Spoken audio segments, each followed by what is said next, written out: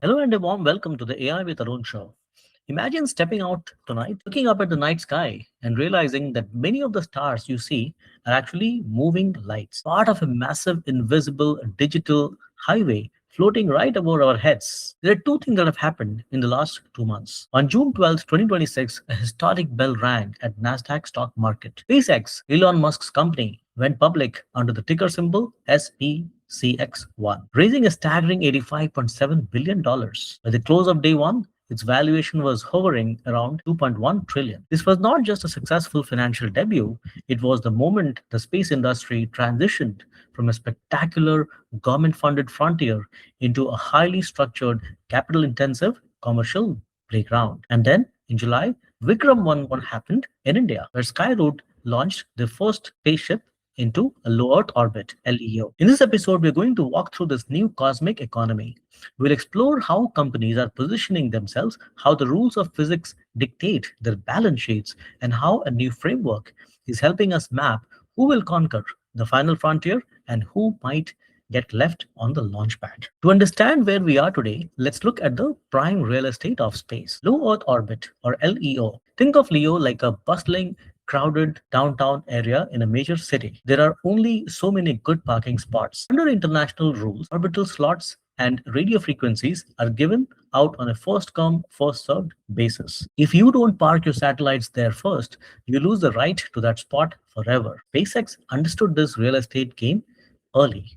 As of right now, in July 2026, the Starlink constellation has deployed over 12,400 active satellites, occupying the absolute best altitude bands. This has triggered a frantic geopolitical land grab.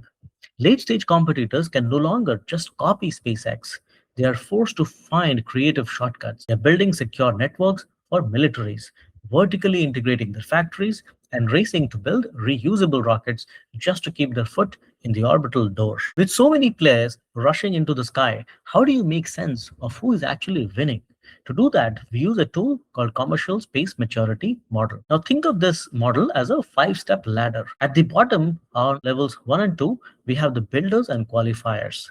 They are the companies testing engines in the desert or taking their very first expensive steps into orbit with traditional one-time use rockets. In the middle, at level 3 and 4, you find the network operators and reuse pioneers. These companies are launching constellation of satellites and proving that they can land boosters on ocean barges, often tying the survival to secure government contracts. And at the absolute top, at level 5, we have the mega architectures. Now, this is a realm of fully reusable heavy lift spaceships, automated refueling in orbit, and trillion-dollar public valuations. Let's look at what it takes to climb up this ladder. Now, on your screen right now, you're seeing a matrix. Now, this is the heart of our commercial space maturity model.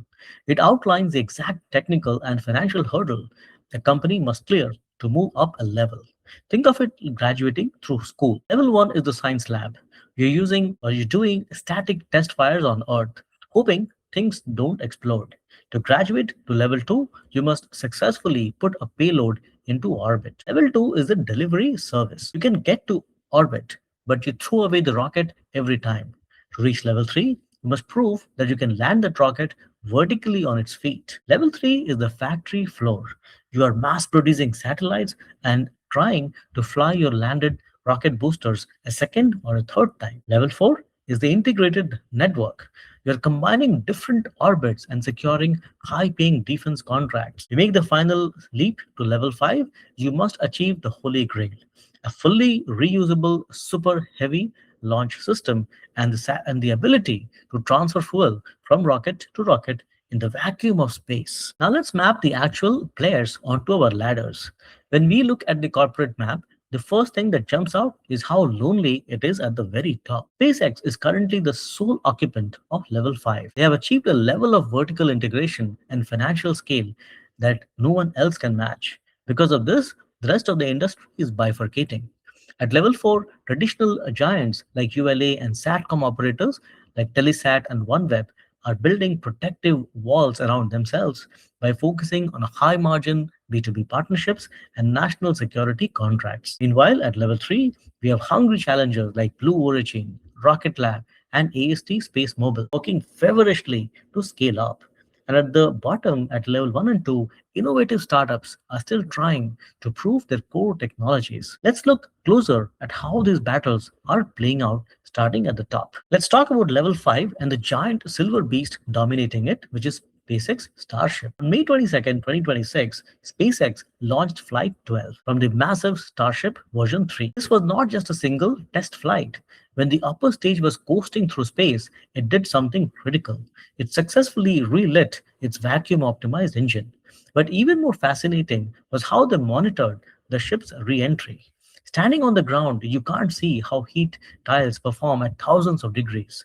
So during the flight, Starship deployed two tiny camera nodes.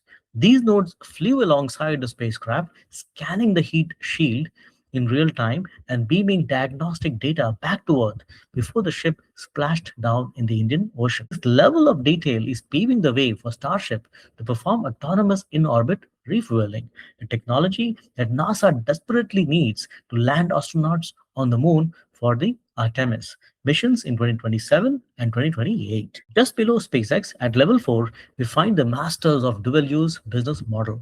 Dual use simply means building technology that serves everyday civilians but is secure enough for the military. Take Telesat for example. They faced a massive $1.7 billion debt wall. To survive, they pivoted. They took 25% of the upcoming Lightspeed satellite constellation and reserved it exclusively for secure military communications. This single strategic move unlocked over $2 billion in Canadian government funding and saved the company. Meanwhile, OneWeb is upgrading its polar orbiting fleet with advanced digital processors to handle high latitude aviation and defense communications.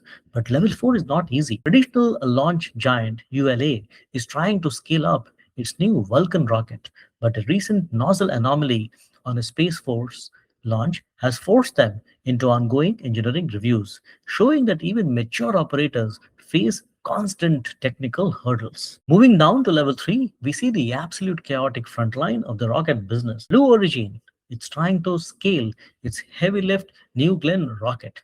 They successfully landed a booster on their ocean ship, Jacqueline, in April, but just a month later, disaster struck. During a ground test, a booster exploded on the pad at Cape Canaveral, causing severe damage. Instead of spending months rebuilding their massive launch tower, Blue Origin is pivoting to a hybrid operation. They will now mate their rocket stages horizontally into a hangar, roll them out on wheels, and use a giant precision crane to lift the entire stack onto the launch table. It's highly innovative, but relying on cranes in windy coastal Florida introduces serious weather risks. Similarly, Amazon's Leo constellation missed its critical FCC deployment deadlines due to these launch delays, receiving a temporary penalty that demoted their wireless spectrum priority. It proves that in level 3, delays carry massive financial consequences. While some are struggling with heavy rockets, others at level 3 are mastering the art of mass production. Over in China, the state backed Shanghai Space Sail project has deployed 218 satellites. They have managed to drive the cost of a single high tech flat pack satellite down to under $1.5 million. They're already signing deals to bring satellite internet to Brazil and integrating their networks into Airbus in flight Wi Fi. In the commercial sector, ASD Space Mobile is launching massive cellular arrays. Their technology allows your normal everyday smartphone to connect directly to a satellite from the middle of the ocean or a desert without needing a satellite dish. And Rocket Lab is preparing to launch its medium lift Neutron rocket, nicknamed the Hungry Hippo, because of its unique fairing design that opens like a giant mouth to release satellites and closes to return to Earth. Now let's look at level 2, where companies are moving beyond blueprints and launching actual hardware, even if they aren't fully reusable yet. Sierra Space is preparing the debut of its beautiful Dream Chaser space line, Tenacity. They're also testing their live inflatable habitats. Now, inflatable space home might sound like a bouncy castle, but they're actually ultra touch fabric structures made of Vectron. When tested by NASA, they held up against projectile impacts and burst pressure tests at 4 times the safety margin. Over at Axiom Space, they are welding the core structures of the commercial space station module, raising over $525 million to prepare for docking with the International Space Station in 2028. And in China, startups like Galactic Energy and iSpace are transitioning from solid rockets to reusable liquid propellant systems to escape the high cost of expendable launches. At the very bottom of our ladder, at level 1, we find the bold dreamers and deep tech engineers. This is where the foundation of the future is built. Stoke Space is a fantastic example. They're designing a 100% reusable medium rocket called Nova. They just completed a brutal qualification program for the lightweight fuel tanks, running them through 46 different high pressure tests. To survive re entry without heavy tires, Stoke is building a 3D printed metallic heat shield that actively cools itself by circulating cold hydrogen fuel through the metal, almost like a rocket that sweats to stay cool. Relativity Space is also here, focused on the heavy lift Terran R. They have completed massive 500-second engine test fires and are laying down launch tracks at Cape Canaveral.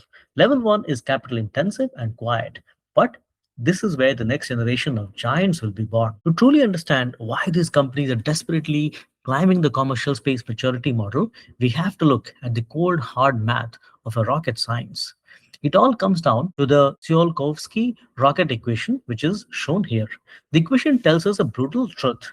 Because of gravity, about 90% of a rocket's mass on the launch pad has to be full just to get the remaining 10% into orbit. In the old days of expendable rocketry, you threw away the entire rocket on every flight. Imagine buying a brand new Boeing 747 for a single flight from New York to London and then crashing it into Atlantic Ocean. That is why space was so expensive, costing up to $20,000 per kilogram. By building clean Metalox engines that can fly 25 times, the cost of the rocket is amortized. Suddenly, you're only paying for fuel and minor maintenance. This economic shift is what makes the modern space economy possible. Now, look at this data comparison on the screen right now. This table puts the competitive landscape into stark perspective. Look at the difference in scale.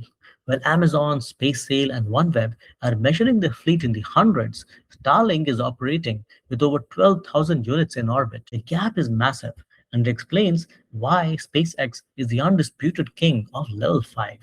But look at the bottom half of the table, the space habitats. The aging International Space Station prepares to retire. A new real estate market is opening up. From vast Havens 1 launching next year to Axiom and Starlab, companies are racing to build the hotels, research lab, and factories of the next decade. Getting to orbit is no longer the destination. It is just the toll road. The real business is what we build once we are up there. Let's close today with a story. Imagine a child born today in 2026, middle of 2026. By the time that child is graduating from high school in the 2040s, they will look up the night sky and won't just see a silent scientific outpost like the International Space Station. They will see floating commercial business districts, orbital manufacturing hubs, printing human organs in zero gravity, and regular transit ships refueling in space on the way to lunar bases. What we are witnessing right now is the foundation of that future. The space industry is no longer a government sandbox. It's a highly competitive, high stakes commercial highways where the rules of physics and the rules of Wall Street have merged. The companies that can master low cost reusability within the next 18 months will own the infrastructure of tomorrow. Those trapped by engineering bottlenecks will simply watch from the ground. Thank you so much for watching. If you have learned something new, I request you to consider joining us as a member. All you have to do is click join right below this video. And thank you for watching. Please like, share, and subscribe to the AI with Arun Show. I'll see you in the next video.